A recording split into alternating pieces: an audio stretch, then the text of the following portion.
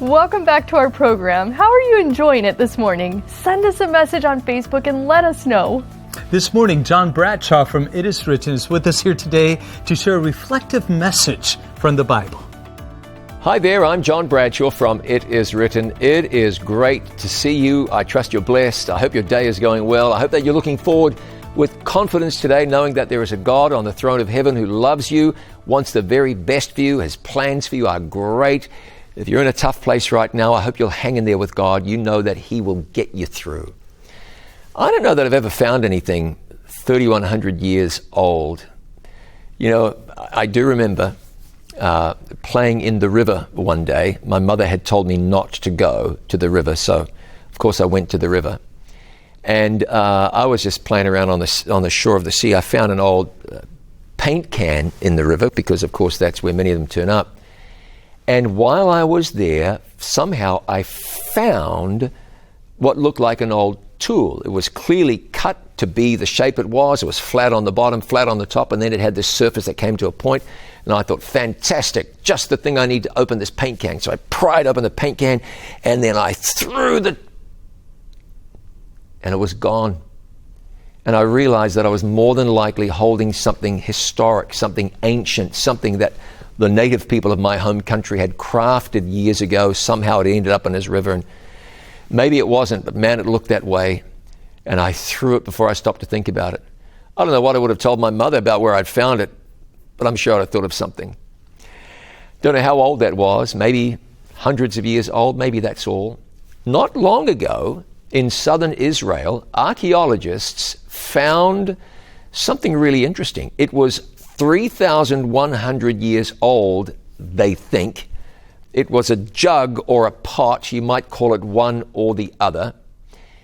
What was really interesting is that on the side of said jug or pot was a name, and the name was Jerubbaal. Jerubbaal. Now that name may not sound familiar to you. If it doesn't, there's absolutely no surprise. But the name does appear in the Bible. So who is Jerubbaal? Well, Jerubbaal was none other than Gideon. That was another name given to him in the Bible. So does that mean that this vessel actually belonged to the biblical Gideon? Well, no, it doesn't prove it. Of course it doesn't prove it. But here's what we know. It came from the right time period.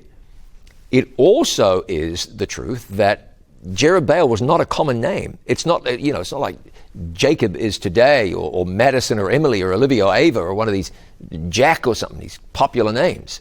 It's not that. It was a rare name. So it was in the right location. They reckon it's the right age, the right name.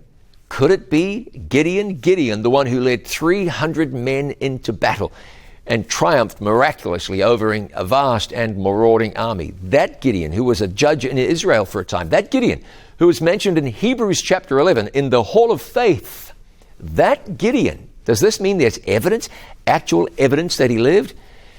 It seems there might be evidence for that, absolutely. It's a strong indicator. You know, archaeology has turned up so much that validates the Bible. It was said for centuries by certain scholars that you could absolutely not have confidence that there was ever a King David, because nothing in the archaeological record had been found saying that there was a King David. Now, that's a bit of a lame argument, inasmuch as David lived hundreds throughout thousands of years ago. It's not like you can expect to walk into the desert and pick up a piece of pottery that's got David's name written all over it. It's not like that. Even if you dig into the ground, it's underground, it's been smashed, it's been destroyed, it's been broken down, it's been left to languish for millennia without exaggeration. And some of those ruins are now a long way down. How would you find actual proof for David? Well, a team of archaeologists did just that. Involving Dr. Michael Hasel from Southern Adventist University, they found what is absolute irrefutable proof that David existed as the ruler over a great kingdom. So much for critics decrying the lack of evidence in the archaeological record. Now, it's true that very little evidence has ever been found for Solomon, maybe none, and Solomon was a great and a mighty ruler, but same for David. It took a long time to find that. Where would you look? How far down would you dig? And if you found it, would you even know that it related to Solomon. The David evidence had David's name written on it, like the Gideon evidence has Gideon's name, the name Jerubbaal, on the side of that. Archaeology, I tell you, it's not all Indiana Jones. There's a lot of painstaking, arduous, tiring, laborious work that goes into an archaeological dig. But when archaeology turns up evidence like that, and numerous people from the Bible have been directly identified in archaeological findings. When archaeology does that, what does it do to your faith in the Bible? Now, the wise man, funny enough, Solomon, who I mentioned a little while ago, said in Proverbs chapter 3, trust in the Lord with all your heart.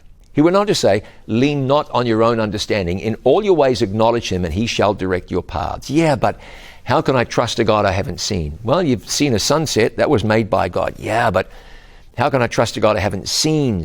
How do I trust this Bible? Well, there's fulfilled prophecy, and a lot of fulfilled prophecy. You ought to be able to trust that. Yeah, but I want more evidence. And now the archaeologists can put the evidence on a table in front of you and say, look, and handle, and see, and compare, and be blown away by evidence that the God of heaven is a trustworthy God. You can be a trusting soul. How much more evidence do you think we need? How many more signs do you think we need? You hear a baby cry, you see a puppy run with his big flopping feet, you see a spire of grass growing, you see corn in a field, it just got there. You don't really believe it just got there, do you? You look at the stars in the sky, you're going to tell me it all came from nothing. You're going to tell me that, really, from nothing. And you're going to say you believe that it all came from nothing because of science. But does science anywhere demonstrate to you that anything can possibly come from nothing? So the scientific answer that it all came from nothing contradicts science in its most basic sense. So that doesn't work either. How do you doubt God? You've got to doubt God only because you want to doubt God. Maybe you met some Christian person you didn't like. Maybe the church turned you off or wronged you or harmed you, or maybe you just don't get it. I think if you think about the archaeological record that validates the Bible, the prophetic record that validates the Bible, if you consider the evidence that we've been given, it's pretty hard to come to the conclusion that there isn't a God, or that the God of heaven isn't worth following, or that the Bible is not a valid book. I don't know what those archaeologists were expecting to find when they dug. I'm sure they knew what they were hoping to find. I'm pretty certain that when that pot, that vessel, that jug came out of the ground and somebody read that name, Jerubbaal, I bet they looked, turned, you don't think it, do you think it could be? And of course they think it could be. God has given you every reason to trust him, no reason to doubt him. He verifies again and again and again his reliability, his trustworthiness. If the archaeological record really does demonstrate that the Bible is true, then that means God is true. It changes everything. Let the evidence you've been given show you that God really is. Let him be real in your life today.